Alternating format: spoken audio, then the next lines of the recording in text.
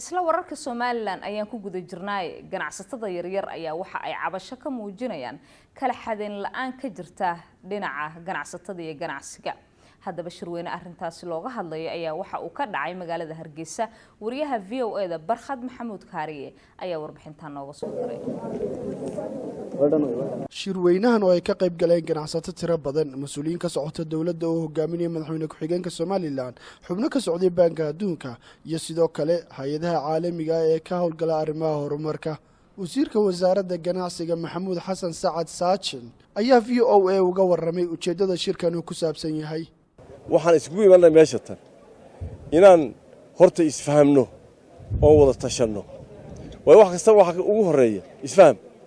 waxa weyn aan wada hadalno waan heshiino marka hadduu difference jiro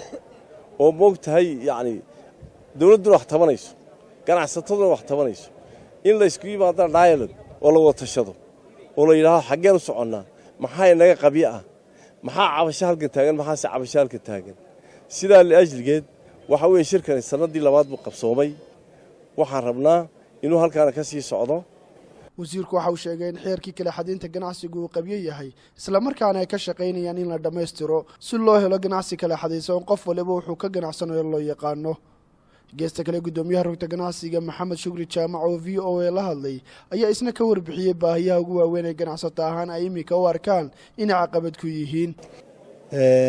ganacsadaha wax soo dejiya adduunka waxa la sameeyo waxa dawladdu waxa la free zone badeecadiisa halkaas u dhiga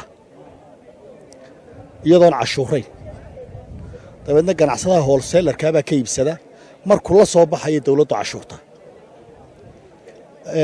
kaas ma jiro marka ganacsaduhu waa qasab badeecadiisa waa inuu keenaa Hargeysa waa inuu keenaa meel walba waa inuu keenaa Berberadees warehousiyadiisii u dhigta oo meel lagu control karaa ma jirto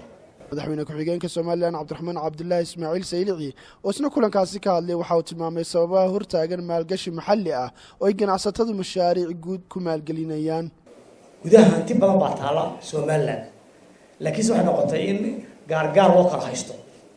qofna kelidii marka wax ma maalgashan karo ama riskiga ma wada qaadan karo inuu keligii lacagtiisa meel wada dul dhigo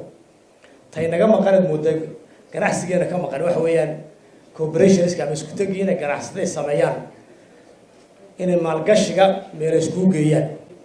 isfaham dhexmara ganacsatada iyo xukuumadda ayuu ku tilmaamay in ay mid furo u noqon kara horumarka la doonayo Barkhad Maxamuud Kaariye VOA Hargeysa